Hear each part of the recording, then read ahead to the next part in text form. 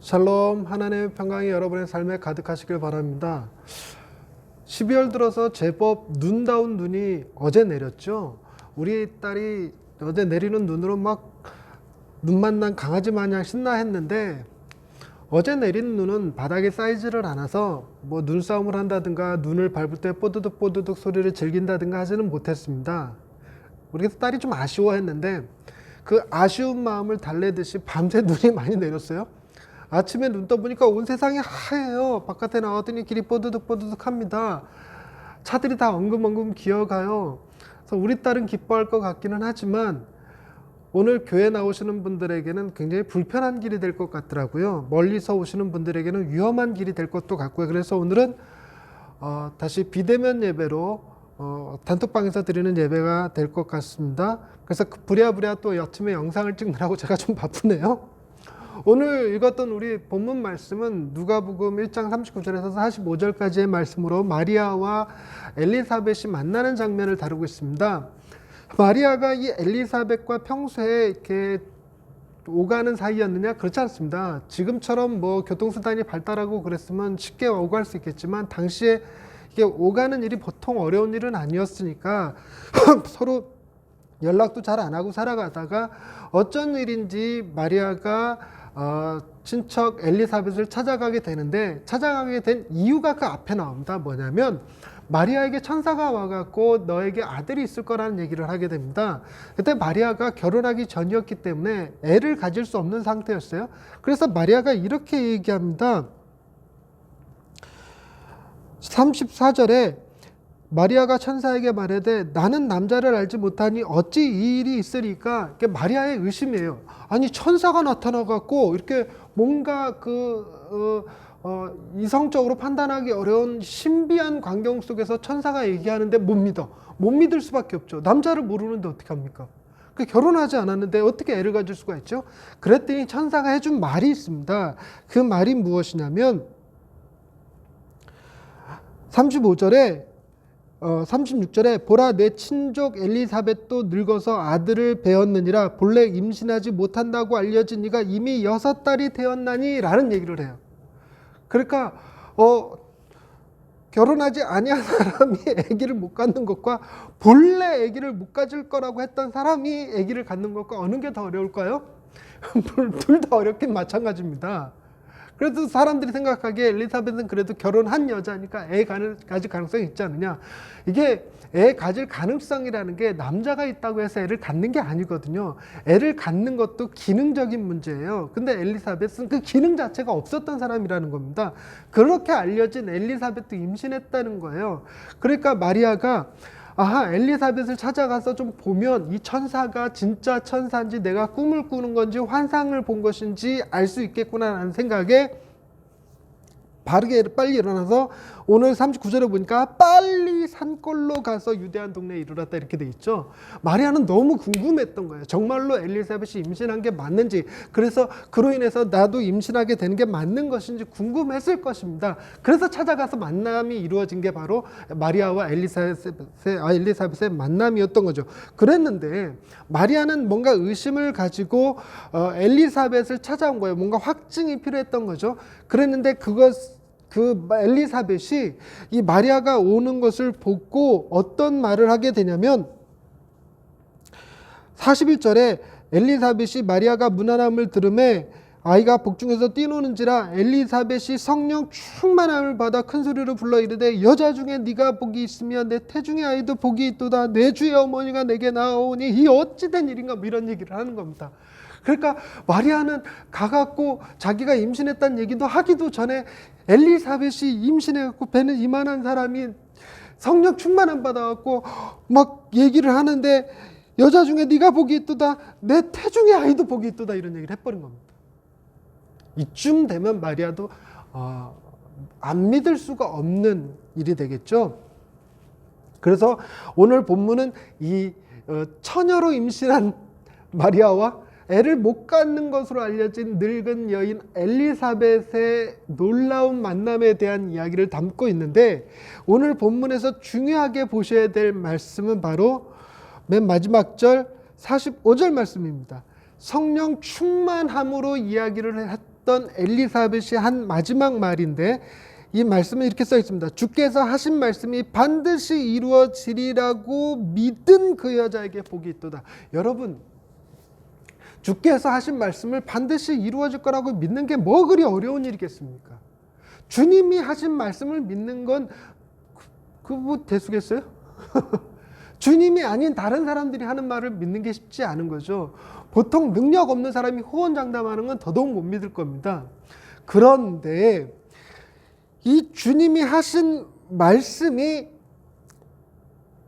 내게 어떤 유익이 있을 거라고 생각하는 거면 믿고 싶어서 믿게 돼요. 예를 들어서 내년에 너 과장 승진할 거야, 이런 말씀이요.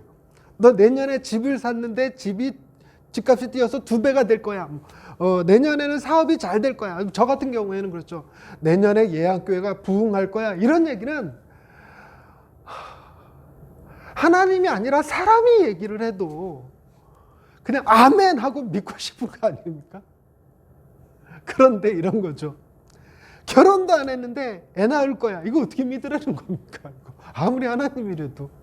이게 단순히 결혼도 안 했는데 애 가져, 그럴 수 있어. 그 애가 나 드디어 엄마 되는구나, 우리 애가 유명한 사람이 될 거야, 이렇게 하고 되는 게 아니라, 그때 당시에는 결혼도 아니한 여자가 애를 가지면 돌에 맞아 죽어요, 그냥.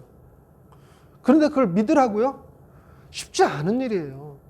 그래서 당연히 의심할 만도 하죠. 그런데 지금 엘리사벳이 하는 말은 주께서 하신 말씀이 반드시 이루어지리라고 믿은 그 여자, 마리아가 믿었다고 아주 단언적으로 선포를 하고 있습니다. 그리고 너에게 복이 있다, 이렇게 얘기를 해버립니다. 근데 이 마리아와 엘리사벳의 만남을 두고 제가 생각하는 것은 보통 이런 겁니다. 하나님이 일하시는 방식이 참 놀랍다, 이런 생각을 하거든요. 구약의 말씀을 가만히 생각해 보면 보통 하나님은 임신하지 못한다고 알려진 여인들을 통해서 놀라운 일들을 많이 행하셨어요. 가장 대표적인 예로 여러분, 아브라함의 아내 사라가 있었죠. 아브라함의 아내 사라가 90세에 아들을 낳았는데 그게 보통 일이 아니에요. 90세 애를 낳는다는 게. 근데 90세 될 때까지 애를 왜 못 낳느냐? 애 못 낳는 여자였어요. 그래서 하나님께서 아브라함에게 너에게 하늘의 별과 같이 땅의 모래와 같이 많은 자손을 주리라, 아들의 약속을 주셨을 때, 자손의 약속을 주셨을 때 그 약속이 사라를 통해서 이루어질 거라고 믿기가 쉽지 않았을 정도였습니다. 그래서 그 약속을 어떻게 본인이 성취하려고 들었냐면 사라의 여종이었던 젊은 여자, 임신할 수 있는 여자 하갈이라고 하는 여종을 통해서 애를 갖죠. 그래서 그 하갈이 낳은 아들이 이스마엘이었죠. 그래서 이스마엘과 이삭의 갈등 관계, 오늘날의 유대와 아랍 민족 간의 갈등 관계, 에돔 민족 간의, 에돔이 아니죠, 팔레스타인 민족 간의 갈등 관계가 거기서부터 시작되었다. 심지어 유대교와 이슬람의 갈등은 아브라함이 하나님의 약속을 자기가 성취하려고 하갈을 통해서 애를 낳는 바람에 이 지경이 됐다, 이렇게 얘기할 정도로 문제가 됐던 사건입니다. 근데 그럴 수밖에 없는 게요, 사라가 애를 못 낳는 여자였기 때문에 그래요. 그러나 하나님은 그 애를 못 낳는다고 알려진 사라를 통해서 이삭을 보내셨고 그 후손 가운데 예수가 태어나게 하셨습니다. 그리고 우리 교회 교인 가운데 한나 집사님 계시죠. 한나가 성경 속 인물에 애를 못 낳는 여자였습니다. 그런데 그 여인이 하나님 앞에 울면서 기도해서 낳은 아들이 사무엘이에요.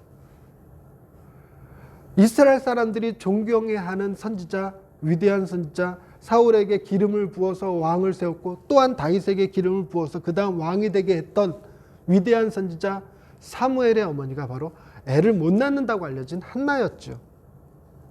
그래요, 여러분, 혹시 가장 힘센, 역사적으로 가장 힘이 센 인물이 누군지 혹시 아십니까? 삼손입니다.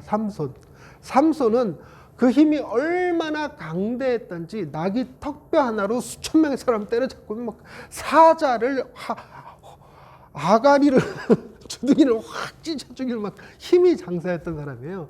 그 삼손의 어머니가 이름은 나오지 않는데 마누아의 아내라고 나오는데 애를 못 낳는다고 알려진 여인이었습니다.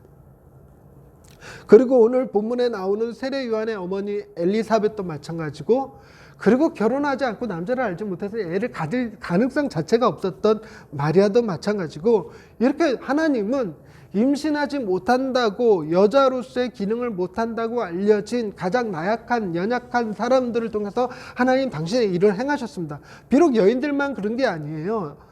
남자들도 하나님께서 누굴 택하셨냐면 장남보다 둘째를 택하시거나, 그리고 또 아버지가 숨기고 싶어 했던 목동 다윗을 통해서 일을 행하시거나, 하나님은 늘 언제나 그런 식이었죠. 가장 연약한 자를 들어서 하나님 당신의 일을 행하셨습니다. 예수님께서 이 땅에서 오셔서 행하신 일도 그 강함으로 세상을 정복하는 것이 아니라 약함으로 십자가를 지는 방식이었잖아요. 이게 놀랍다라는 것입니다. 세상의 역사는요, 강한 남자들이 그 술 한잔 마시고 테이블 위에서 이번에 어떻게 합시다, 어느 나라랑 전쟁을 치릅시다, 이번에 뭐 합시다 이러면서 역사가 이루어졌는데, 그런 세상의 역사 말고 진정한 하나님의 나라, 진정한 하나님의 역사는 바로 여기서부터 시작됐다는 거예요. 마리아와 엘리사벳의 만남에서부터 놀라운 하나님의 역사가 시작되었다는 것입니다. 바로 그래서 본문이 상징하는 의미가 있습니다. 본문이 상징하는 의미는 더 이상 희망이 없다고 여기던 사람들에게, 애를 못 낳는 엘리사벳과 애를 가질 수 없는 마리아와 그런 사람들에게 하나님의 빛이 임하였습니다. 뿐만 아니라 이제는 끝이라고 생각해요. 이제 더 이상 길이 없어, 더 이상 살 길이 없어라고 생각하는 사람들에게 새로운 길이 열려요. 비록 그것이, 여러분, 엘리사벳이 나이가 많아서 애를 가졌기 때문에 세례 요한을 제대로 케어하지 못했습니다. 제대로 길러내지 못해서 세례 요한이 어렵게 자랐긴 했어요. 그리고 예수님도 마리아의 마음을 아프게 했죠. 십자가에 달려 죽었으니까. 그러기는 했지만 어찌됐건 그들에게 새로운 희망이 되었고 새로운 길이 열려진 것은 우리에게 주시는 하나님의 메시지가 담겨 있는 것입니다. 세상은요, 재물과 명예와 권력이 축복이라고 우기는 세상입니다. 이런 세상에서 우리는 실패한 사람들이에요. 재물도 없고 권력도 없고 명예도 가지지 못한 사람들, 그런 사람들이 이 세상에서 루저가 되었고 이 세상에서 조롱거리가 되어버렸죠. 그러나 우리들에게도 하나님의 빛이 임하였고 새로운 길이 열렸습니다. 그것은 무엇이냐면, 엘리사벳이 마리아에게 했던 마지막 말, 주께서 하신 말씀이 반드시 이루어지리라고 믿은 자는 복이 있도다 하셨던 그 말씀대로, 우리도 주님이 말씀하신 대로 우리에게 이루어질 거라고 믿으면 그것이 우리에게 복이 되어진다는 놀라운 약속이죠. 하나님은요, 굉장히 위대한 역사를 행하셨어요. 하나님 행하신 일들을 보십시오. 가장 강하신 이가 가장 연약한 어린아이가 되어서 세상에 오셨죠. 이것은 세상의 가치 기준을 확 뒤집어 엎어버리는 일입니다. 말구유에서 태어나신 아기가 동방에서 온 박사들의 경배를 받으시는 분이었잖아요. 왕궁에서 금실 침상에 누워있는 아기가 아닌, 말 구유에 누워서 사람들에게 알려지지 않고 보잘것없는 그 사람이 곧 하나님의 아들이고 가장 위대한 인물이었다는 사실. 그리고 여러분, 그 주님이 행하신 일들 가운데 보면 부자는 지옥에 가고 거지 나사로는 천국에 갔어요. 이것도 완전히 세상을 뒤집어 엎어버렸습니다. 당시에 천국은 부자들만 갈 수 있었고, 거지들은 그것이 하나님의 저주였기 때문에 당연히 지옥 가는 거였습니다. 그러나 주님의 말씀은 아무 이유 없이, 부자가 나쁜 놈이고 거지 나사로가 착하고, 부자가 하나님을 믿지 않았고 거지 나사로가 하나님을 믿었고, 이런 얘기 일절 없이, 전혀 그런 거 없이 부자는 지옥에 가버렸어요. 나사로는 그냥 천국에 가버렸습니다. 이게 엄청난 역설이거든요. 그것뿐이겠습니까? 마태복음 21장 31절에 보니까 이런 말이 있어요. 세리와 창녀들이 대제사장과 백성의 장로들보다 먼저 하나님 나라에 들어간다. 이게 말이나 됩니까? 당시에 천국은 당연히 대제사장과 백성의 장로들이 가죠. 그런데 주님은 그들보다 세리와 창녀들, 세리는 로마에 빌붙어서 이스라엘의 피를 빨아먹는 반역자들이었죠. 창녀는 몸을 파는 가장 천한 여자들이었습니다. 그런데 주님의 말씀은 바로 그 세리와 창녀들이 대제사장과 백성의 장로들보다 먼저 하나님의 나라에 들어갈 거라고 말씀하셨어요. 그거를 논리적으로 이해하는 게 아닙니다. 그거를 무엇인가를 입증하기 위해서 하는 것이 아닙니다. 그게 바로 하나님이 행하시는 역설이라는 것이에요. 뒤집어 엎는 거죠. 그런 것이 어디 한둘이겠습니까? 십자가에 달려 죽어가던 강도가 주님과 함께 그의 나라에 들어가요. 강도는요, 평생 나쁜 짓만 하다가 십자가에 죽을 만한 죄를 저지른 흉악한 범인이었습니다. 그런 그가 놀랍게도 주님과 함께 주님의 손 붙잡고 그의 나라에 들어가게 되는 복을 경험합니다. 이걸 어떻게 설명할 거예요? 이게 하나님의 역설인다라고요. 이게 어떻게 설명할 것입니까? 가장 멸시받았던 7 귀신 들렸던 막달라 마리아가요, 부활의 첫 증인이 됩니다. 그때 당시에는 여자의 말은 법정에서 증거 채택이 되질 않았어요. 그런데도 불구하고 7 귀신 들렸던 전력이 있던 여자가 예수의 부활을 맨 처음 목격한 사람이고 첫 번째 부활의 증인이 되었습니다. 그래서 이 막달라 마리아가 부활의 증인이 되었다는 사실 자체가 성경이 꾸며진 이야기가 아니라 실제 사건이라고 증명하는 증거가 되어버렸어요.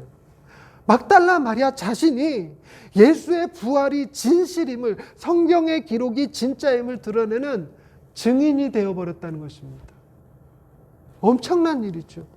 주님은 친히 말씀하시기를 먼저 된 자가 나중 되고 나중 된 자가 먼저 된다고 하였으며 누구든지 으뜸이 되고자 하는 자는 섬기는 자가 되어야 할 거라고 말씀하셨고, 친히 제자들에게 너희들은 발을 씻어주는 자가 되어라 얘기합니다. 발 씻어주는 자, 가장 낮은 종들 중에 종인데 그 발을 씻어주는 일을 친히 몸소 행하시면서 이것이 곧 스승됨의 도리라고 가르칩니다.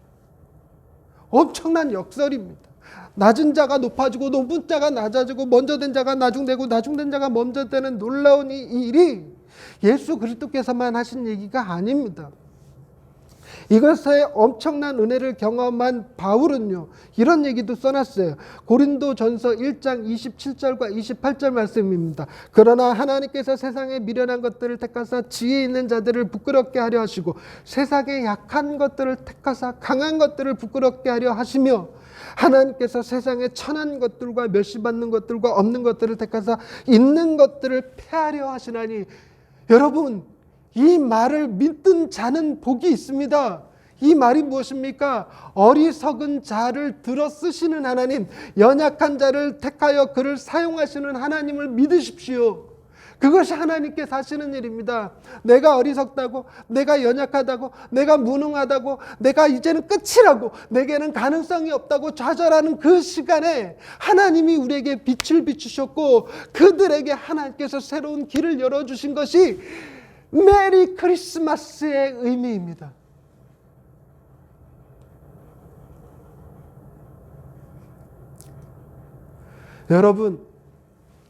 여러분들은 강하십니까? 여러분들은 지혜로우십니까? 여러분은 스스로 느끼기에 나는 지혜롭지 않고 나는 강하지 않다라고 생각한다면 그게 은혜입니다. 그러나 만약 여러분들이 강하다고 느끼거나 여러분이 지혜롭다고 느끼신다면 더더욱 신앙 안에 머무십시오. 하나님을 만나십시오. 그 하나님, 그 가장 강하신 분 앞에서 당신의 연약함을 깨달으십시오. 그 하나님의 가장 지혜로움 앞에 여러분의 지혜가 얼마나 어리석었는지를 깨달으십시오. 그래서 우리 같이 고백하십시다. 나는 어리석은 자요, 나는 연약한 자이니 나를 통하여 하나님 당신의 일을 행하십시오. 주여 당신이 우리에게 주신 약속을 친히 행하십시오 라고 믿으시며 고백하실 수 있게 되기를 바랍니다. 말씀을 정리하십시다. 하나님은 세상이 알지도 못하고 이해하지도 못하는 기쁨과 감사를 바로 마리아와 엘리사벳의 만남 가운데, 그들이 성령 충만한 가운데 외치는 찬양 속에, 그리고 마리아를 통해서 태어난 어린 아기 예수님을 통하여서 우리에게 메리 크리스마스의 선물로 주셨습니다. 여러분들이 가장 복된 사람들이십니다. 기도하십시다. 하나님, 세상의 많은 사람들이 가진 것으로 자랑하고 권력으로 다른 사람들을 짓누르며 갑질하는 기쁨 가운데 살아갈 때 우리는 그것이 결코 복이 아님을 믿습니다. 우리가 고백하는 복은 우리의 연약함을 통하여 강한 자들을 부끄럽게 하시고 우리의 어리석음을 통하여 지혜 있는 자들의 지혜를 부끄럽게 하시는 하나님이심을 믿습니다. 그 하나님이 내게 복이 되셨고 그 하나님을 붙들므로 내가 세상 끝에서 빛을 발견하고 인생의 절망 가운데서 새로운 길을 보게 된 줄로 믿습니다. 그 주님과 동행하는 기쁨과 감사를 세상 사람들은 알지도 못하고 이해하지도 못할지라도 나는 힘들고 어려운 가운데서도 웃을 수 있으며 좌절하는 순간에도 다시 일어설 힘을 얻는 자들이 되게 하여 주옵소서. 예수님의 이름으로 기도드립니다. 아멘.